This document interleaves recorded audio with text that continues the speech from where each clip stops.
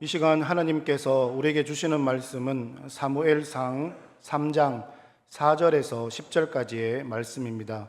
제가 가진 구약 성경 412면에 있습니다. 사무엘상 3장 4절로 10절까지의 말씀.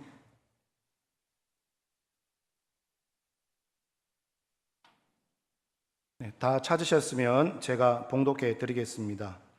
여호와께서 사무엘을 부르시는지라 그가 대답하되 내가 여기 있나이다 하고 엘리에게로 달려가서 이르되 당신이 나를 부르셨기로 내가 여기 있나이다 하니 그가 이르되 나는 부르지 아니하였으니 다시 누우라 하는지라 그가 가서 누웠더니 여호와께서 다시 사무엘을 부르시는지라 사무엘이 일어나 엘리에게로 가서 이르되 당신이 나를 부르셨기로 내가 여기 있나이다 하니 그가 대답하되 내 아들아 내가 부르지 아니하였으니 다시 누우라 하니라.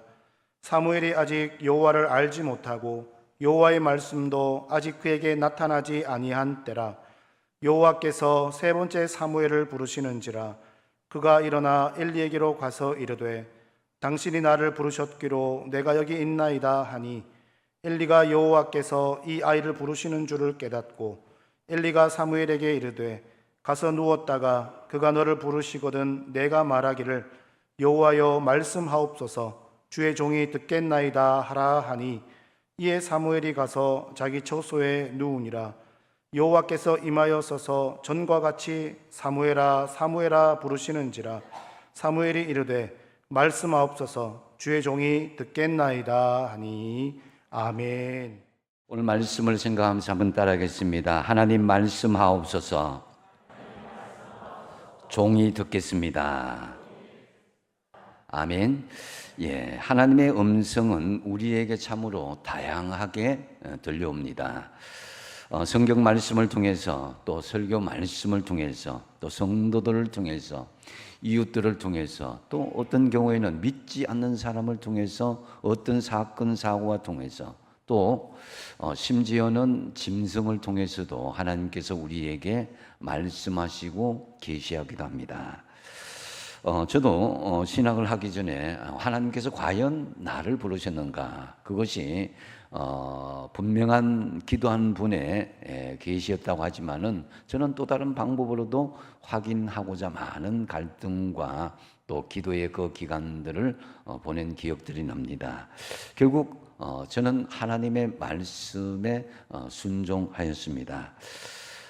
그런데 이제 우리의 삶의 현실은 사실 하나님께서 말씀하시는 것에 대해서 여러 가지 방법으로 우리에게 말씀하시죠. 근데 참 분명하게 이 말씀이라는 이 하나님의 계시 앞에, 하나님의 직접적인 또 뜻 앞에도 우리가 망설일 때가 있습니다. 그게 뭐냐면은 우리 삶의 현실이 너무나 많이 복잡하고 분주하고 바쁘게 얽매여 있기 때문입니다. 이 부분에 대해서 우리가 포기하고 내려놓기라는 것은 결코 쉽지가 않죠. 그래서 하나님의 말씀인 줄 알지만은 차일피일 미루다가 나중에 하나님의 강력한 제재를 받게 되는 경우도 있습니다. 그래서 그것이 이제 하나님 말씀과의 그런 그 관계가 단절되어지면은 하나님의 어떤 실질적인 영적인 성장이나 성숙에 이를 수가 없게 되는 것이고 오히려 영적인 퇴보와 결국에는 하나님 말씀을 거부하는 지경에 이르게 된다라는 것입니다. 그러므로 하나님께서 말씀하셨을 때에 적극적으로 여러분 순종하시고 결단하시는 저와 여러분 되시기 바랍니다. 엘리 제사장은 하나님께서 여러 가지 방법을 통해서 자신에게 말씀하시는 것을 알고 있었습니다. 그가 평생을 하나님의 성전에서 기도하는 사람으로 또 말씀을 가까이 하는 사람으로 있었기 때문에 그가 기본적인 신앙의 그런 역사는 어떻게 하는가 이것에 대해 알고 있었거든요. 그러나 엘리는 하나님보다도 자신의 삶의 기득권과 자신의 아들들을 더 귀하게 여기며 사랑했습니다. 그래서 하나님께서 경고하셨음에도 불구하고 모른 척하고 계속 하나님의 말씀을 무시하게 되죠. 결국 자신의 가족들은 물론 이스라엘까지도 엄청난 어려움을 겪게 되는 결과에 이르게 됩니다. 그런데 이 한편으로는 어린 사무엘, 그 성전에서 자란 어린 사무엘은 엘리 제사장 앞에서도 여호와 하나님을 섬기는 일에 게으르지 않았다는 것을 알 수가 있습니다.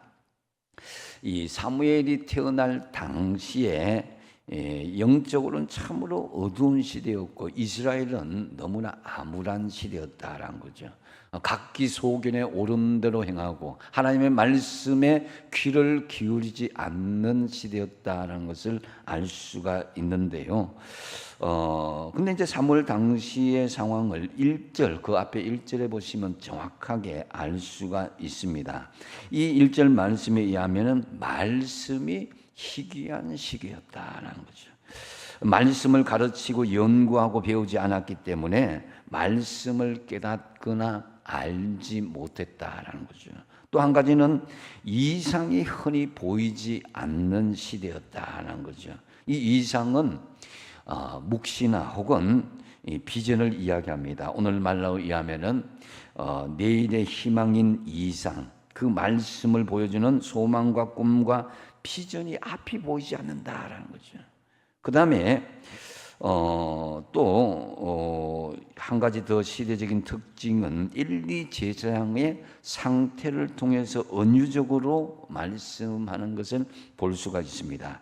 2절 하반절에 보면은 엘리의 눈이 점점 어두워 가서 잘 보이지 않는 그때에, 이것은 이제 엘리 제사장이 육적으로 눈이 어두웠다지만 사실은 이 말씀은 영적인 분별력이 흐린 시대였다라는 것을 성경 말씀이 이 엘리 제사장의 그 상태를 통해서 말씀하시는 것입니다. 그래서 엘리가 하나님으로부터 관계가 단절되고 버림받은 것은 엘리 제사장이 늙어서가 아니라 영적인 판단력과 분별력을 잃어버렸기 때문이다라는 거죠. 영적인 눈이 흐리면은 하나님께 버림받을 수밖에 없는 여러 가지 어리석은 일들을 쉽게 행한다라는 거죠. 하나님을 두려워하지 않다. 하나님을 사랑하는 마음이 없기 때문입니다. 그러므로 하나님이 원하시는 세계관, 이런 부분에 대해서 영적인 영안이 우리가 다치지 않도록 여러분들이 항상 깨어 영적인 분별력을 가지는 그런 은혜가 있길 바랍니다. 그렇다면 오늘 말씀을 통해서 주시는 교훈의 말씀은 무엇인가? 첫 번째로 보면은 하나님께서 말씀하시는 말씀의 자리를 지키라는 거예요.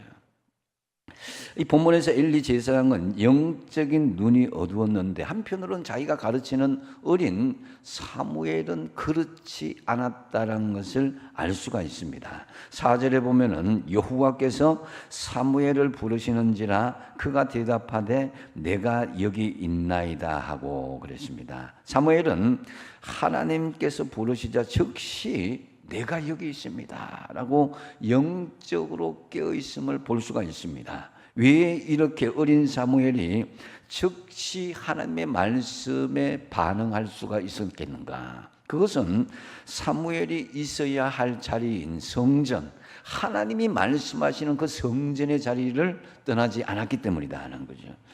예수를 믿으면서 우리가 신자들이 세 가지 신자가 있다고 그러죠. 애굽 신자가 있습니다. 애굽 신자는 세상에 있는 사람들, 하나님을 온전히 섬기지 못한 사람입니다. 교회는 다니긴 하지만은 마음은 세상에 있는 사람들, 이스라엘 민족이 애굽에서 노예로서 충실하고 정말 종살이 했던 것처럼 세상의 종로로 타는 그런 삶을 있으면서도 하나님께 온전히 나아오지 못한 사람을 애굽 신자라고 하죠. 그 다음에 광야 신자가 있습니다. 광야 신자는 세상에서 하나님 편으로 나오긴 했지만은 애굽에서 나오긴 했지만은 육신의 소욕을 버리지 못하고 세상 것을 겸하여서 하나님과 더불어 섬긴다라는 그런 사람입니다. 그래서 교회에 와서는 주여 주여 하고 세상에서 나가서 나여 나여 하면서 자기 중심으로 살아가는 사람들입니다. 그래서 상황에 따라서 세상과 교회를 왔다리 갔다리 하는 그런 양다리 신자인 것이죠. 그리고 이 가난한 신자는 있는데요.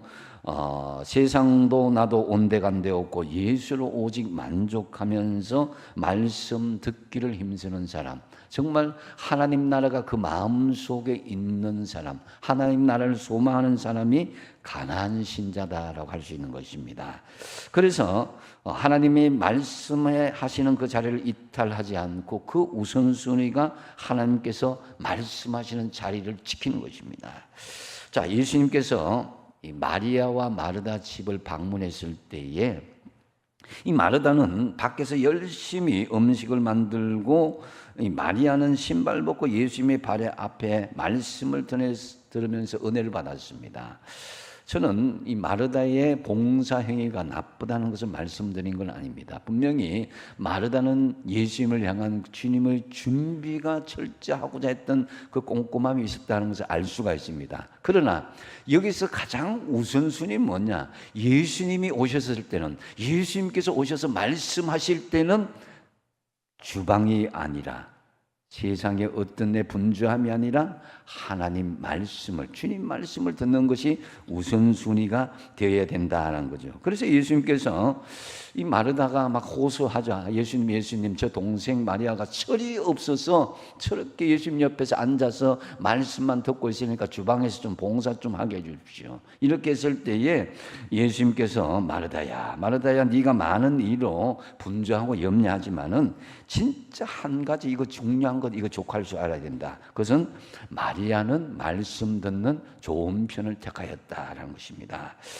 그래서 여러분, 하나님이 원하시는 삶은 우리가 세상에 분주하고 바쁜 거 참 많이 알고 있어요. 근데 많이 벌고 높은 자리에 앉아있고 자식들 호강받고 사는 것, 그걸 하나님은 원하시지 않는다는 거죠. 하나님께서 원하시는 것은 먼저 하나님께서 말씀하시는 그 자리를 우선순위로 지키는 것이다. 여러분은 지금 스스로 생각할 때에 나는 어떤 자리에 앉아 있을까를 한번 생각해 보십시오. 혹 세상이 주는 육신의 정욕의 자리, 안목의 자리, 이생의 자리, 이생의 자랑의 자리에 서성이고 있는 부분은 없지 않는가? 그거는 우리가 세상에 살기 때문에 꼭 나쁜 것은 아닙니다. 근데 우리가 먼저 해야 될 우선순위가 뭐냐? 이걸 알아야 됩니다. 그래서 하나님께서 말씀하시는 자리를 완전히 이탈해서는 안 된다는 거죠. 분명히 우리가 살아가는 이 시대도 사무엘 시대와 같이 정말 말씀이 점점 희귀화해지고 꿈과 비전은 잘 보이지 않고 영적인 분별력이 흐려지는 시대인 것은 분명합니다. 그렇기 때문에 저와 여러분, 하나님께서 부르신 가정, 또 여러분의 일터, 또 그리고 교회에 주신 여러분의 거룩한 자리, 그 말씀의 자리를 이탈하지 않고 깨어 있으므로 늘 하나님께서 주시는 말씀을 받는 그런 여러분이 되시기 바랍니다. 두 번째로 주시는 교훈은 말씀하시면 즉각 시행하라는 것을 오늘 본문을 통해서 알 수가 있습니다. 자, 5절과 6절에 보시면은 사무엘은 하나님께서 부르셨을 때에 즉각적으로 반응하여서 엘리에게로 달려갑니다. 그것도 연속적으로 말씀했음에도 불구하고 그 말씀을 무시하지 않고 계속하여서 나아갑니다. 3번이나 그렇게 반복하게 되죠. 여러분, 여기서 우리가 볼 것은 사무엘과 현 제사장인 엘리 제사장을 비교할 수가 있습니다. 왜 엘리의 가문, 이 제사장 가문이 멸망을 했는가? 그것은 하나님께서 말씀하셨을 때에 사무엘이요, 그런 반응을 가지고 왔을 때 엘리 제사장도 깨달았어요. 하나님께서 말씀하시는구나. 이 영적인 자신의 어떤 그런 경험들을 했기 때문에 분명히 깨달았다 이거죠. 그러면은 이 사무엘에게만 말할 것이 아니라 자신도 깨어서 그 말씀에 경청하고자 하는 것에 동참할 수 있어야 된다라는 거죠. 그래서 이 말씀하셨을 때에 무시하고 강 건너 불구경하는 것처럼 사무엘아 그러면 이렇게 말해라고 영적인 목회의 노하우만 이 사무엘에게만 이야기했고 자기는 거기에서 빠졌다는 거죠. 말씀에 같이 동참하지 않았던 것입니다. 여러분, 하나님께서 말씀하시면은 여러 가지로 말씀하시거든요. 그러면은 즉각 반응하시고 시행하시는 여러분 되시기 바랍니다. 왜 갑작스럽게 질병이 왔는가? 하나님께서 이 방법 저 방법 안 되니까 반응하라는 것입니다. 왜 갑작스럽게 원치 않는 사건 사고가 우리에게 닥쳤는가? 하나님 말씀에 즉각 시행하라는 것입니다. 이 방법 저 방법 안 되니까 반응이 안 오니까 왜 경제적인 어려움이 또 예상치 못한 자녀들의 문제가 닥친 것입니까? 하나님께서 삶의 현장에 개입하여서 말씀하시는데 이제 다 제쳐놓고 하나님 말씀에 내가 먼저 나아가겠습니다. 그렇게 반응하라는 것입니다. 나는 문제가 없다. 나는 경제적인 어려움이 없고 참 행복하다. 나는 하나님의 큰 은혜와 축복을 받았다. 그것이 정말 계속 진행된다고 생각하십니까? 이 땅에 사는 동안 여러분, 우리가 이 땅에서 누리는 행복, 만족, 꿈을 성취하는 것 모두 머물러 있는 것이 아닙니다. 머물러 있을 수도 없고요. 진정한 하나님의 축복은요, 계속적으로 받아서 내 안에만 머물러 있는 것이 아닙니다. 그러면은 신앙적인 동맥경화에 걸리고 말 것입니다. 하나님의 축복은 끊임없이 우리에게 받아지기도 하지만 받은 것을 흘러보내는 순환한 것이 반복되어야 된다는 거죠. 그것이 건강한 믿음의 신앙이 될 수 있다는 거죠. 여러분이 하나님의 은혜를 받고 하나님의 사랑을 받고 하나님의 축복을 받았다. 그럼 나의 속에 머물러 있는 것이 아니라 그것을 흘러보내는 역사가 계속 순환될 수 있어야 된다는 거죠. 지금 이 시대에 하나님은 저와 여러분에게 말씀하고 부르십니다. 하나님께서는 각 시대마다 쓸 사람들 다 불러내시는 거예요. 노아와 아브라함을 부르셨고 여호수아와 모세를 부르셨고 세례 요한과 바울을 다 부르셨습니다. 그리고 지금 이 시대에 하나님을 전혀 모른 채 육신에 사로잡혀 있던 저와 여러분들을 믿음의 사람으로 부르셨다 이거예요. 그러면 나는 하나님의 은혜, 하나님 구원의 축복에 감사합니다. 여기서 머물러 있어야 될 것이 아니다라는 거죠. 도무지 감당할 수 없는 은혜요 축복인 그 사명을 나에게 이제 주어졌는데 그것을 이제 사회와 여러분의 삶의 현장에 열방을 향하여서 그것이 흘러나가고 하나님의 백성들이 구원받기를 원하는 것이 하나님의 마음이다라는 거죠. 그래서 하나님께서 사람들을 부르실 때마다 즉각 반응하고 그 말씀을 시행할 때에 놀라운 구원의 역사가 일어나게 될 것이다 라는 거죠. 하나님께서는 사무엘을 부르셨듯이 사랑하는 백성들을 친히 부르시고 사명을 주십니다. 8절을 보시면은 하나님께서 세 번째 부르시자 엘리 제사장은 하나님께서 사무엘을 부르신 것을 분명히 깨닫습니다. 그래서 9절에 보면 엘리 제사장은 자신의 목회 노하우인 사무엘에게 하나님께서 말씀하시면 어떻게 반응하고 시행할 것인가에 대해서 그 방법을 알려줍니다. 엘리가 사무엘에게 이르되 가서 누웠다가 그가 너를 부르시거든 내가 말하기를 어떻게 해요? 어떻게 얘기합니까? 여호와여 어떻게 하라고요? 말씀하옵소서. 주의 종이 듣겠나이다 하라 하니 이에 사무엘이 가서 자기 처소에 누웠다 그랬습니다. 여러분, 하나님께서 말씀하셨을 때에 즉각 시행하는 우리의 반응이 무엇이냐? 여호와여 말씀하옵소서 주의 종이 듣겠나이다 라고 대답하라는 거예요. 여러분, 하나님께서 내게 주시는 그 음성을 무시하지 마십시오. 내게 주시는 하나님의 말씀을 멸시하지 마십시오. 내게 하나님께서 말씀하셨다고 여기신다면 그 말씀을 멸시하거나 무시하는 것이 아니라 즉각적으로 시행하고 우선순위를 두라는 거예요. 그래야 하나님께서 우리를 통해서 계속 일하실 수가 있는 것입니다. 하나님께서 여러분을 통해서 지금도 일하시고 계십니다. 할렐루야. 여러분을 사용하시고자 하는 것이 있습니다. 그래서 사도행전 10장 33절에 보면은 고넬료가 하나님의 말씀을 가지고 온 베드로에게 이렇게 고백합니다. 같이 한번 읽어보겠습니다. 시작. 내가 곧 당신에게 사람을 보내었는데 오셨으니 잘하였나이다. 이제 우리는 주께서 당신에게 명하신 모든 것을 듣고자 하여 다 하나님 앞에 있나이다. 아멘. 자, 고넬료는 어떻게 합니까? 이 말씀을 한마디로 하면 다 하나님의 말씀을 받을 준비가 되어 있습니다. 말씀하시란 거예요.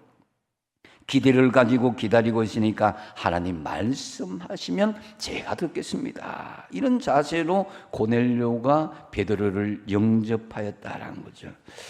그런데 엘리의 아들이요 제사장이었던 홈리와 비느하스 또 사울 왕을 보면은 하나님으로부터 버림받을 수밖에 없었던 이유가 뭡니까? 하나님의 말씀하셨는데도 불구하고 하나님의 말씀을 들으려는 의도가 없었다라는 거죠.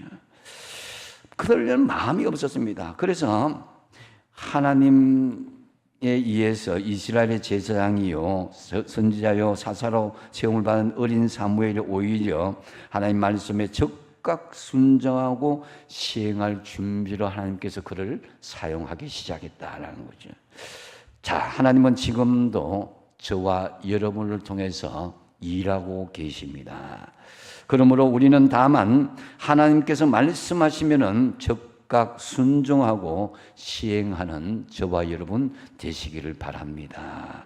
세 번째 우리에게 주시는 교훈은 말씀하시면 본분에 맞게 절대 순종하라 이렇게 말씀합니다. 10절에 보면은 여호와께서 임하여 서서 전과 같이 사무엘아 사무엘아 부르시는지라 사무엘이 이르되 말씀하옵소서 주의 종이 듣겠나이다 라고 말씀합니다. 여기서 사무엘은 자신의 신분을 뭐라고 그럽니까? 하나님의 종이다, 주의 종이다는 거예요. 예? 그래서 비록 엘리 제사장이 알려준 것이지만 사무엘은 하나님의 종이라는 본분을 밝히면서 하나님의 말씀을 듣고자 했던 것을 볼 수가 있습니다. 이 종이란 말은 히브리어로 에베드다라는 말인데 노예를 이야기하는 거예요. 노예. 이것은 하나님의 말씀을 듣는 태도에 있어서 우리의 위치가 정말 노예와 종의 태도로 나아가야 된다는 거죠. 그래서 우리는 하나님의 말씀을 종의 본분에 맞게 시행할 수 있어야 됩니다. 주인이 말씀하면 종과 노예는 시행하지 않으면 그게 있을 자격이 없는 거죠. 여러분 바울을 보십시오. 바울은 분명히 많은 지식과 학식이 있었고 특권들을 가지고 있었습니다. 초대왕 사울의 지파 베냐민 지파의 후손에다가 바리새인이었고 배움과 사회적 지위가 상당히 상위권에 있었죠. 그래서 자유자유 사도요 주를 본 지혜로운 사람이었습니다. 사도란 당시 교회를 전적으로 책임지고 봉사하는 자로서 그 권위 하나만으로도 그 자유를 누릴 수 있는 권세가 대단했습니다. 그럼에도 불구하고 바울은 자신을 스스로 이렇게 고백합니다. 갈라디아서 1장 10절 말씀 같이 한번 읽어보겠습니다. 시작. 이제 내가 사람들에게 좋게 하랴 하나님께 좋게 하랴 사람들에게 기쁨을 구하랴 내가 지금까지 사람들의 기쁨을 구하였다면 그리스도의 종이 아니니라. 아멘. 사람들의 입맛에 맞추고 사람들의 눈치를 보고 세상의 환경에 내가 맞췄다면 하나님의 종이 나 아니다는 거예요. 그래서 주님이 주신 자유를 자신의 유익이나 사람의 기쁨을 구하기 전에 먼저 하나님을 위해서 사용하는 주님의 종, 주님의 노예가 되겠다는 거죠. 한번 따라하겠습니다. 말씀하옵소서 주의 종이 듣겠나이다. 주의 종이 듣겠나이다. 예, 종의 신분에 맞게 절대 순종한 사람 성경 곳곳에서 찾아볼 수가 있는데요. 그 중에서 대표적인 사람이 요셉의 아내 마리아죠. 육신의 예수님의 어머니인 마리아. 누가 보면 1장 38절에 보면 주여 여종이오니 말씀대로 이루어지다 그랬습니다. 가브리엘 천사를 통해서 하나님의 뜻을 전해드는 마리아는 자신을 스스로 종이라고 고백하고 있습니다. 자신의 정체성이 종이라는 사실을 알고 있었던 마리아는 처녀의 몸으로 하나님의 뜻에 모든 것을 감수하고 순종할 수가 있었던 것입니다. 또한 빌립보서 2장 7절과 8절에서 바울은 예수님이 종의 형체로 십자가에 죽기까지 복종하였다고 이렇게 증언하고 있습니다. 오히려 자기를 비워 종의 형체를 가지사 사람들과 같이 되셨고 사람의 모양으로 나타나사 자기를 낮추시고 죽기까지 복종하셨으니 그 십자가의 죽으심이라고 그랬습니다. 자신의 권리와 특권을 포기하고 종의 형체를 스스로 입으신 예수님 역시 죽기까지 하나님 아버지의 뜻에 순종하셨다라는 것입니다. 그리고 예수님의 제자들도 종의 입장에서 나중에 순종하는 것을 볼 수가 있습니다. 그들이 예수님의 제자들이 배반하고 막 예수님이 십자가에 돌아가신 후에 나중에 다시 갈릴리 바닷가로 가서 고기를 잡고 있었죠. 그러다가 밤새도록 그물질을 해도 물고기는 한 마리도 잡히지 않았습니다. 그때 주님께서 오셔서 배 오른편에 그물을 던지라 이렇게 했죠. 그래서 제자들은 주님의 말씀에 순종하여서 그물이 찢어지도록 그렇게 잡게 되었다는 거죠. 제자들은 그제서야 자신들에게 말씀하신 분이 주님이시라는 것을 깨닫게 되었다는 거죠. 여기서 볼 때 여러분, 우리가 주님을 만나고 체험하는 것, 그것이 만나는 것이 먼저고 순종이 아니다라는 것을 알 수가 있습니다. 순종하다 보니까 하나님 말씀에 순종하다 보니까 하나님을 만나게 되더라는 거죠. 그래서 요즘 청년들 참 취업할 곳이 많지 않다고 취업난에 대해서 막 호소하고 있죠. 하지만 반대로 회사 측 입장에서는 취업을 원하는 그 사람은 많지만은 쓸만한 사람이 없다고 또 회사 측에서는 이야기하죠. 취업을 원하지만 조금만 힘들어도 그 사람도 그만두겠다고 그럽니다. 또 취업을 원하지만 절대로 말귀를 알아듣고 일을 하는 사람이 별로 많지 않다는 것입니다. 마찬가지로 지금 시대에 많은 사람들이 교회 다니고 주의 일을 감당한다고 하기는 합니다. 또 그 여러 가지 일을 감당하면서 성취하기도 하지만은 그러나 하나님 보실 때의 말귀를 정말 알아듣고 주의 일을 감당하느냐를 생각해 볼 수 있어야 됩니다. 내 주장대로, 내 생각대로, 내 비전대로 나아가는 것이 아니라 하나님 말씀이 나에게 원하시는 중심이 무엇인가, 이 말귀에 잘 알아듣고 순종하는 사람이 진짜 순종하는 사람이다라는 거죠. 만약 지금 이 시대에 여러분 어린 사무엘과 같은 그런 하나님의 부르심이 있었다라고 한번 가정해 보십시오. 그래서 이것이 이제 면접이다 생각한다면은 우리가 그 사무엘과 같이 숙박을 이렇게 하게 되었다, 성전에서 하게 되었는데 갑자기 부르는 거예요. 아버지가 부르고 학교 선생님이 불러내는 거예요. 한 번도 아니고 두 번도 아니고 막 짜증도 나고 막 이렇게 하는데 우리가 가야 될 분은 가야 되고 만나야 될 분 만날 수도 있는 거죠. 그죠? 그래서 전화도 받고 그 어르신들의 말씀을 들어야 되는데 내가 지금 이 일에 바쁘다 하고만 할 수는 없는 거죠. 회사 또 사장이 어떻게 주문이 또 올 수 있는데 또 회사에서 측에서 요구하는 것을 들어야 된다. 피곤하니까 내가 지금 피곤하니까 들을 수가 없다. 이렇게 뭐 3번, 4번 불러도 응답하지 않을 수도 있다는 거예요. 내가 지금 피곤한데, 내가 지금 원하는 것이 있는데, 회사에서 원하는 게 뭔지, 또 우리 내가 가정에서 갑자기 무슨 이거 원하는 걸 하는지, 내가 어떻게 지금 형편이 이런데, 이렇게 해서는 회사에서 면접하는 그것이 긍정적으로 볼 수가 있겠냐는 거죠. 제가 이제 현실적으로 한번 접목해서 말씀드린 것입니다.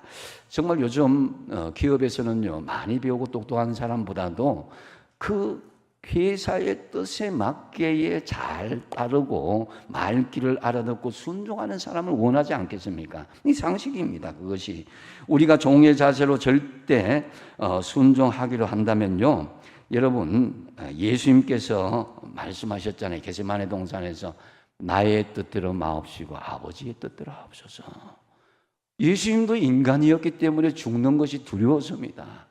그렇기 때문에 아버지 이단을 좀 지나가게 해주십시오. 그러나 아버지의 뜻대로 하시기 원하신다면 아버지의 뜻대로 하고 나의 뜻대로 하지 마십시오. 이게 순종하는 자세의 근본적인 그 중심이 있어야 된다는 거죠. 어떤 사람은 하나님께서 말씀하시는 것을 듣지 못하는 사람이 있습니다. 이 사람은 둘 중에 하나입니다. 먼저는 사무엘과 같이 어려서 말귀를 못 알아듣는 사람, 하나님의 말씀에 대해서 잘 깨우치지 못한 사람, 이 교회에 익숙하지 않은 사람, 이 신앙적으로 어린 사람들은 그럴 수도 있죠. 그다음 또 한 가지는 말씀에 순종하고자 하는 자세가 되어 있지 않기 때문에 하나님 말씀하셔도 듣지 못하는 거예요.